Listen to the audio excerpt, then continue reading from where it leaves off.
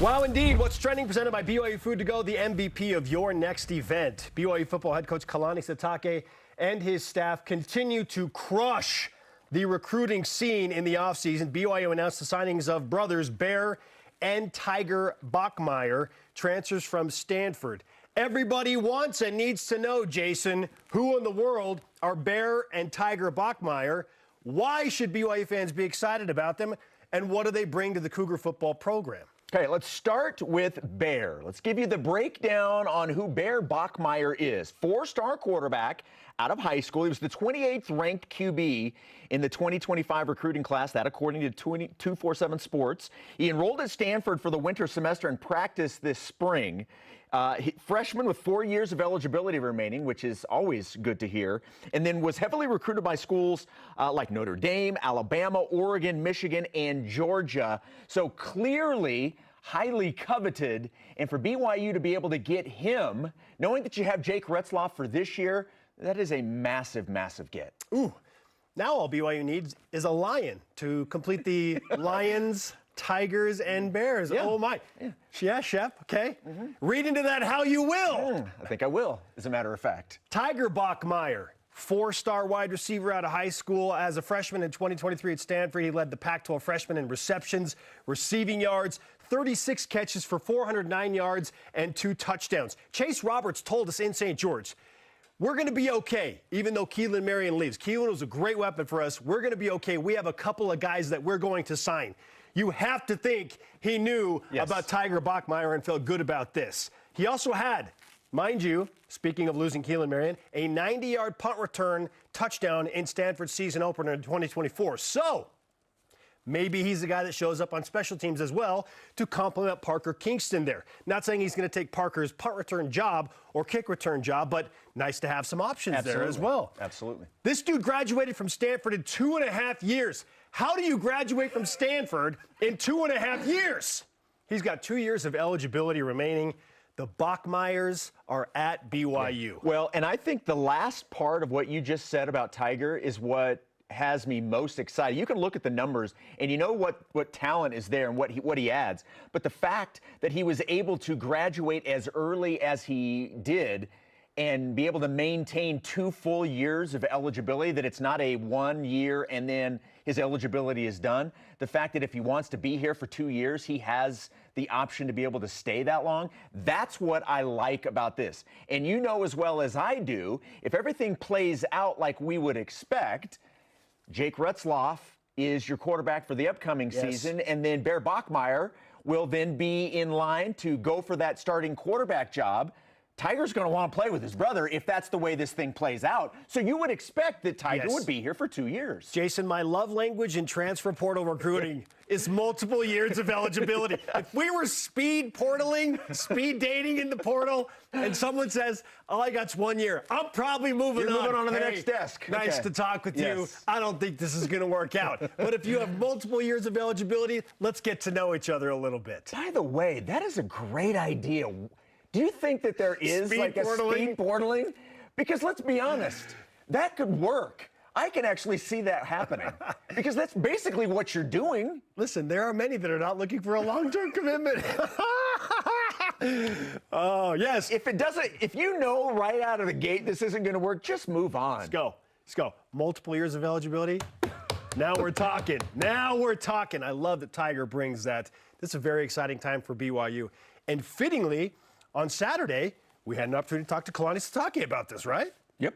Okay, at the Fan Fest, he talked specifically because I asked him, what's behind Jake Retzloff and how do you feel about it? We know the guys, but how do you feel about it? And he answered about the future of the quarterback position.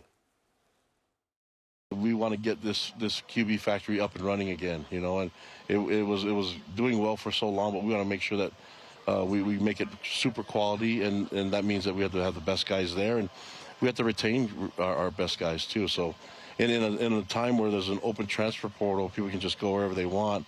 We want to be able to retain guys, and most of the guys that will want to stay at BYU are here for different reasons other than the cash and the money. All right, Bear Bachmeier in the quarterback room. Obviously, that is top of mind. Jason, how are you feeling about BYU's future at quarterback this season with Bear now in the fold? Look, the biggest question you have going into a year is who's going to be the starter, right? Well, that's not in question. We know Jake Retzloff's going to be the starter. He's cemented himself in that role. So that part of the equation is already taken care of. The heavy lifting is done. Now you bring in a talent along with guys like McKay Hillstead and Trayson Bourget. You've got options here for those guys then to battle it out, and the guy that performs the best will get the opportunity to back up Jake. So it's a really good situation to be in. I like the way that the quarterback room is starting to develop, and you look at all these guys, all of these guys have different skill sets that I think all play into BYU's offensive scheme. And look, at the end of the day, it boils down to who gives BYU the best chance to win games if, heaven forbid, something were to happen to Jake Retzloff and you needed the backup to play. BYU needs depth now. And I know many of you are dialed into the high school recruiting scene, and you're well aware of BYU's ambitious approach with a number of high-level players, notably a 5-star quarterback that is out there and has interest in BYU, and BYU's on his list. We can't mention his name. But, well, what does this do now for BYU's potential to go and get said 5-star player? Look, if that guy doesn't want competition when he gets to BYU, he's in the wrong place. And I think he is a guy who embraces competition and believes he would win the starting job if and when he chose BYU. If that guy is going to avoid that, in my opinion, BYU doesn't want a guy that's not willing to show up and compete for the starting job, like with the potential to not win it. We always talk about iron sharpening iron. We hear that often in the quarterback battle every fall. Yeah. Oh, it's just we're all making each other better. As cliche as it is, there is a lot of truth to that. So I am of the opinion that signing Bear Bachmeier is fantastic in all ways, shapes, and forms. It creates better competition. It will make everybody better, including potential high-level quarterbacks that could decide to join BYU. And we don't know of those guys if and when they're going to serve missions for the Church of Jesus Christ of Latter-day Saints, or if they're going to be immediate. We don't know. Like, that's their decision. But I am very confident in saying that this should not hurt BYU's ability to lose a potential high-level commitment. It shouldn't. If that player is ready for the challenge and wants to show that that's all good, I'm going to show up and win the job anyway. You want that guy. Yeah, you want that guy. You want the guy that's going to go out and battle for the position. Like, for me, look, and this is, I'm not speaking for A-Rod or anybody on the BYU coaching staff, but for me, bringing in a guy like Bear Bachmeier, knowing that he is going to be a freshman, this is more for 2026 and less about is he going to be the backup in 2025. Yeah, give him time to develop. Yes. Right now, it feels like McKay Hillstead and Trayson Bourget, as they should, have a significant leg up. Absolutely. They've been in this system already for a significant amount of time. You've got Bear that's coming in right before fall camp.